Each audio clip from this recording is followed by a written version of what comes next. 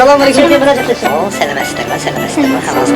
Жаңа жылға кімдер керек? Сізге әдемі, жалтырақ, қызыл, көк, сары, неше түрлі енді сиқырлы әдемі жаңа жылдық көйлектер бар ғой әйел балдарына. Ал менің өзі Анна Леони деген Америкадан фирма ашқан костюмдер бар ер азаматтарға. Міне бірін көрсетейін. Пожалуйста, можно? Жаңа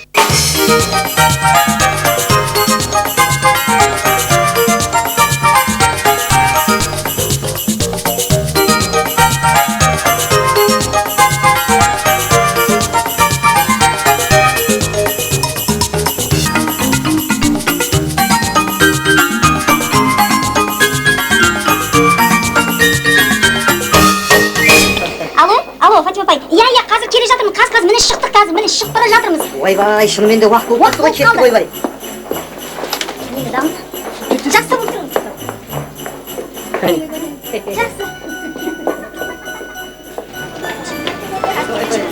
Ойбай, бұза қарамаға саятты қара. Саят болды ма? Ей, саят!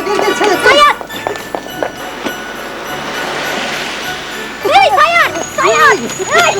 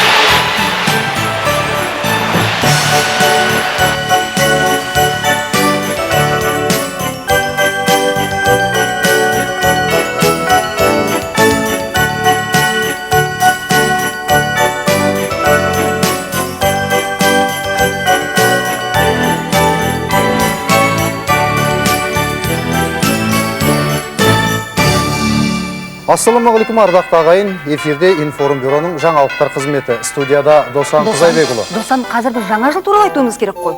Алтын кешір. Мынау әдет қой, әдет үйленген ауыз өзінікін айтып жатқаны да. Әрине, жаңалықтардың салмақты сүрлеуінен кейін жаңа жылға түсу әбден қиынға соғар анық. Дегенмен де бүгін сен жерден жеті қоян тапқандай арқа жарқа болып көрермендерге көбірек күлімсіреуіне тура келеді. Иә, рас-ау, олай болса мен кеттім. Қайда? Қайда барасың? Домалаңдап, доңыз жылы есіктен шығып бара жатқан жоқ. Сол жаңа жылды қарсы алатын, бүгінгі думанымызды басталатын шағы келдіміз бе? Әрине, тынымсыз тышқан жылында қарсы алатын уақыт келіп қалған екен ау. Ай, Алтын, мынау тышқанды сен тынымсыз деп бекер кемсітесің. Иә? Ол сенмен аттас. Ол қалай? Енді мына шығыстың жылнамасы бойынша келе жатқан жаңа жыл алтын тышқан жыл деп аталады. Сондықтан ғой сен мен аттас деп тұрғаным, Алтын-ау. Ой, Аллай, тышқанның да алтыны болады екен ау, Иә, бұл жылдың және бір ерекшелігі мынау тырбанып еңбек еткен кез келген жан биылғы жылы табысқа шаш етектен кенелетін болады. Олай болатын болса, еңбекқор тышқан жылы құтты болсын. Достар, бүгінгі біздің жаңа жылдық кешімізде Қазақстанның халық әртісі Мақпал Жүнісова қонақта. Онда сол кісіні ортаға шақырып, мына жаңа жылда қандай сүйінші, қандай табыспен келіп отыр екен, соны білсек. Жақсы. Саламатсыз ба? Сәлемет, жақсыздар ма? Аман. Жаңа жылдарыңыз келе жатқан құтты болсын. Иә, или жаңа жылдарыңыз құтты болсын дейміз бе? Жаңа жыл. Жаңа жыл құтты болсын, иә. Енді мына жаңа жылға Мақпал апай, өзіңіз қандай табыстармен келіп отырсыз? Жалпы мына жаңа жылға сіздің қандай бір тілегіңіз бар айтатын? Жаңа жылда баршаңызға тек қана жақсылық тілеймін, бүкіл қазақстандықтарға, бүкіл біздің Алматыға келіп жатқан қонақтарға барлығына тек қана жақсылық тілеймін. Отбасыларында жақсылық болсын, баянды бақыт болсын, шаңырақтары шайқалмасын, аспанымыз ашық болсын, заманымыз тыныш болсын деген ғой енді. Жаман тілек тілемейміз ғой. Достарымыз, иә, аз болса да сенімді достар болсын дегендей. Енді жалпы мен өткен жыл мен үшін онша жаман болды деп айта алмаймын. Халықтың алдында көптеген есеп беру концерттерін бердім. Және де жылдың аяғында осы жыл адамы деген атаққа ие болып, алтын адам деген атақты алып отырмын енді. Сондықтан да болашақта енді сол алтын адам болуға тырысу керек қой енді.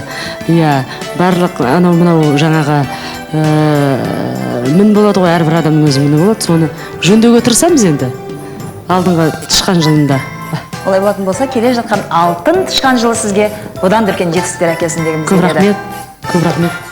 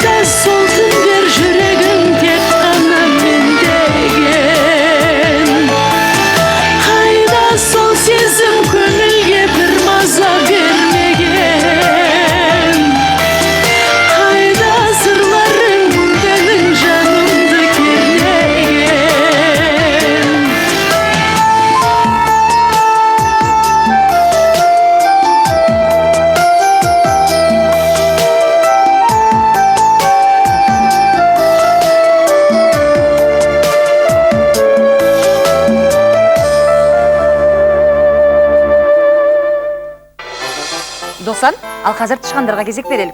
Берсек берейік. Міне. Досан, мен саған бұл ойыншықтар жайында емес, кәдімгі тышқан жылында туылғандар жайлы айтып тұр емеспін бе? Сонда тышқан жылы туғандарың кім?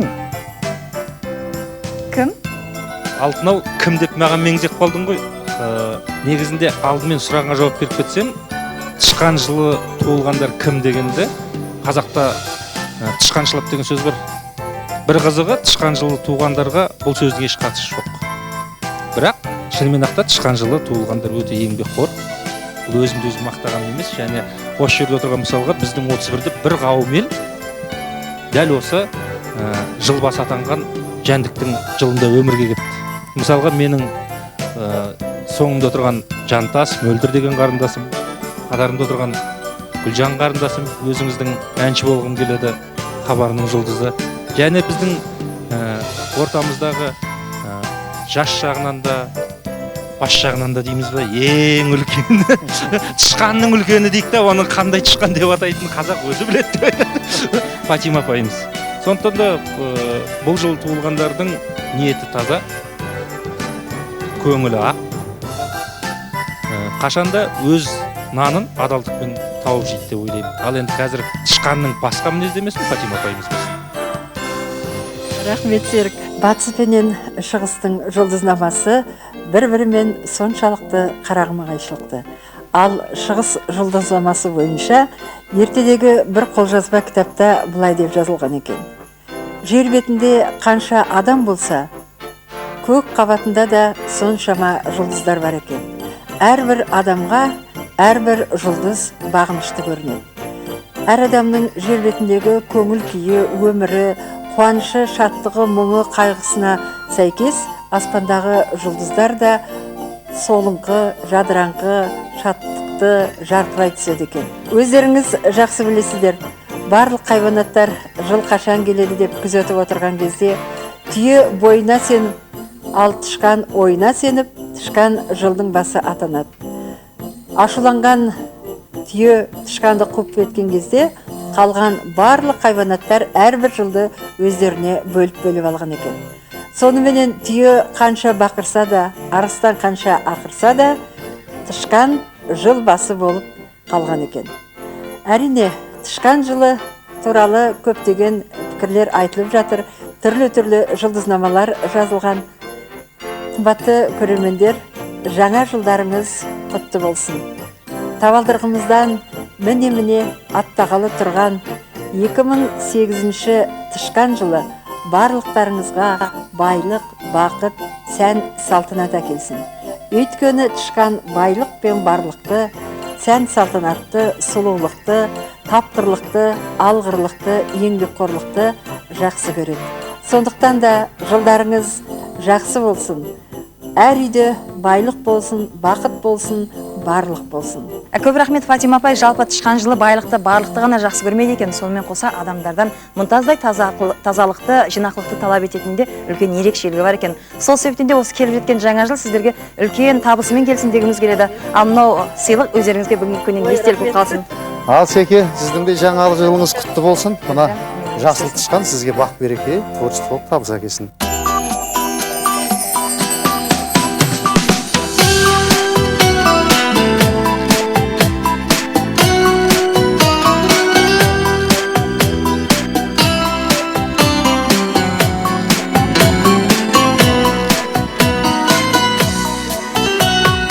Іздегенде табылатын қасымнан, көңілі бар қызғалдақтай ашылған, көріспесек сағыныштан жүдейтін, кім бар екен бала күнгі досыңнан.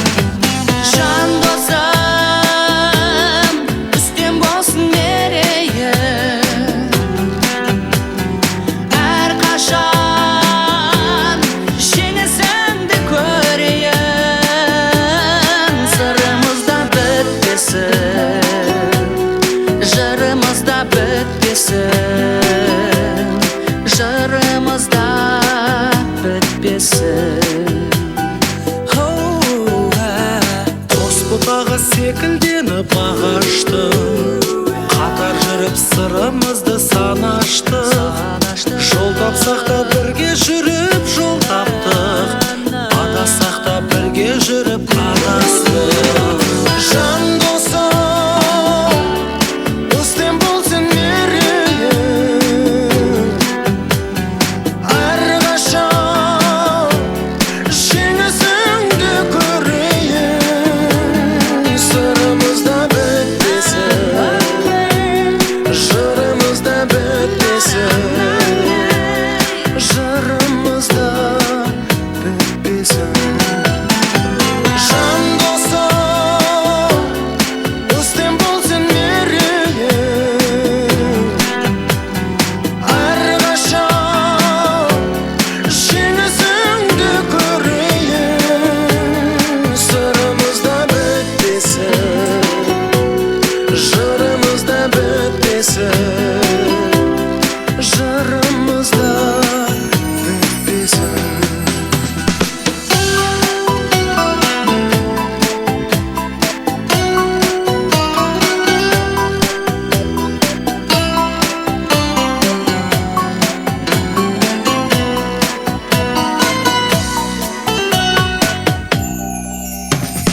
Өмір өзі арқамызға жүк салып, бәрімізді қиялдарға жұмсады.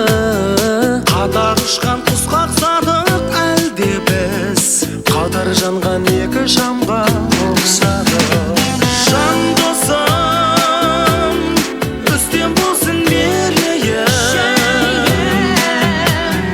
әрқашан жемісіңді көрейін. Сырымызда бітпесін, жырымызда бітпесін, жырымызда бітпесін. Жан досым, үстем болсын мерейім, әрқашан жеңісіңді көрейін. Сырымызда бітпесін, жырымызда бітпесін, жырымызда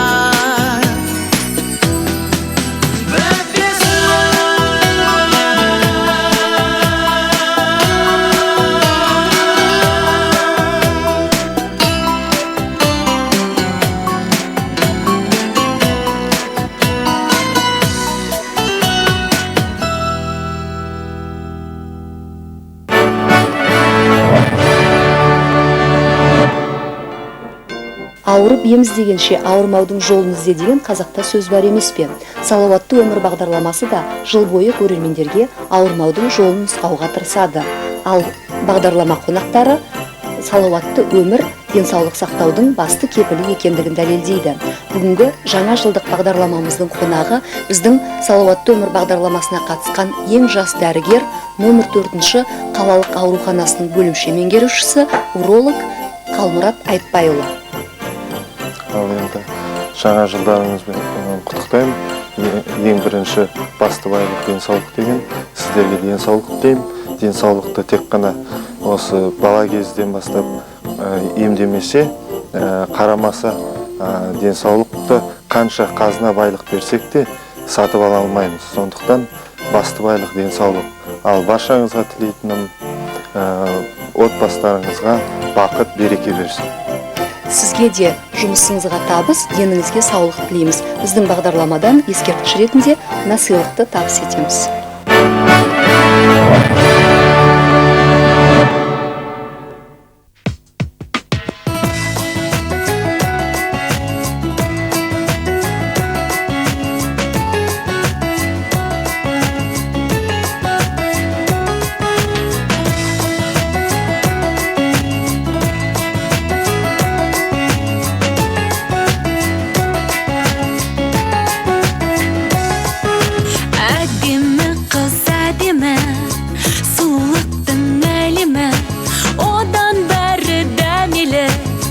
Жігіттердің жанымы, әдемі қыз үнемі, әдемі боп жүреді, әдемі деп жалындар.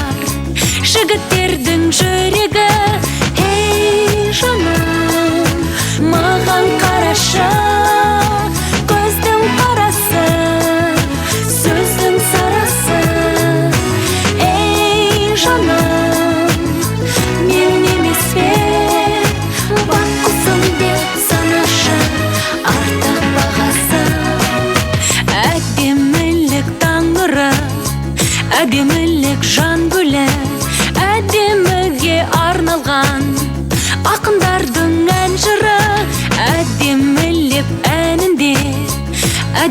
билеп тәнінде аруларды жаратқан.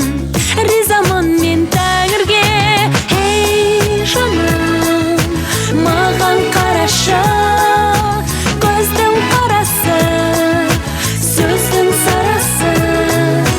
Ей жаным, мен емес пе, бақ құсым деп санашы, артық бағасы.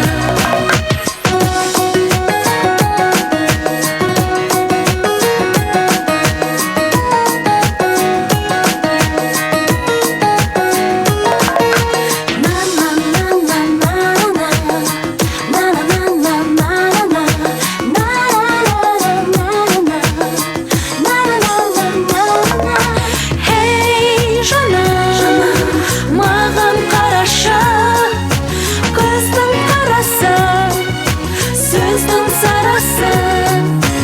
Hey жаным, мен емес пе, бақ құсым деп санашы, артық бағасы. Hey жаным, маған қарашы, көздің қарасы, сөздің сарасы. Hey жаным, мен емес пе, бақ құсым деп санашы, артық бағасы.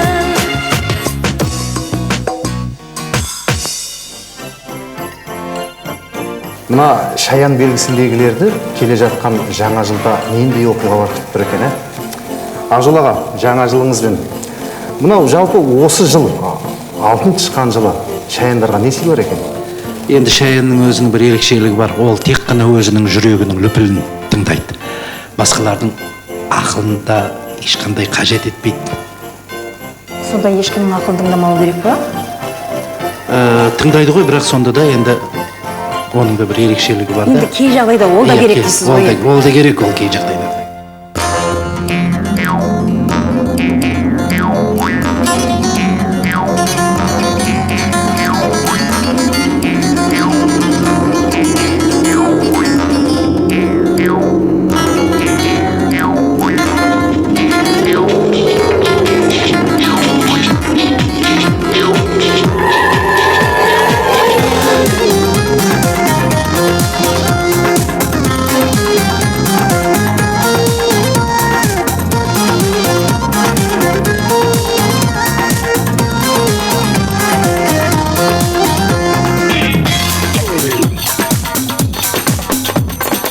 Ертек айтып берейін саған, патша болыпты бір елде сұлтан, періштедей бой жеткен қызы, айдай сұлу ғажайып болған. Ханзадалар шетелдерден күш сынасқан, ханшайымға өлең айтып жыр арнаған. Махаббаттың қыл көпірін өте алмай, арман тауға жету үшін бақталасқан.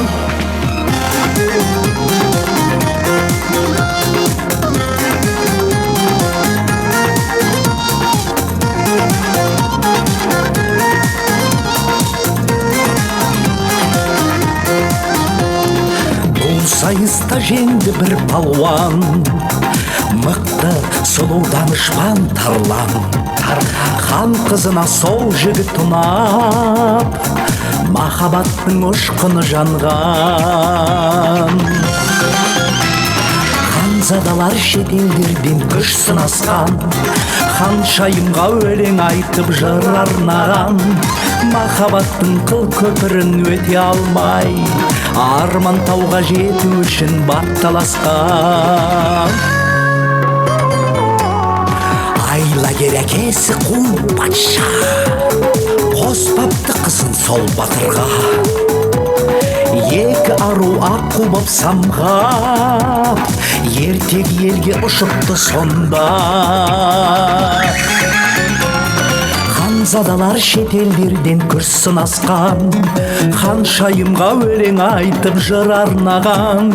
Махаббаттың қыл көпірін өте алмай, арман тауға жету үшін бақталасқан. ханзадалар шетелдерден күш сынасқан, ханшайымға өлең айтып жыр арнаған, махаббаттың қыл көпірін өте алмай, арман тауға жету үшін батталасқан.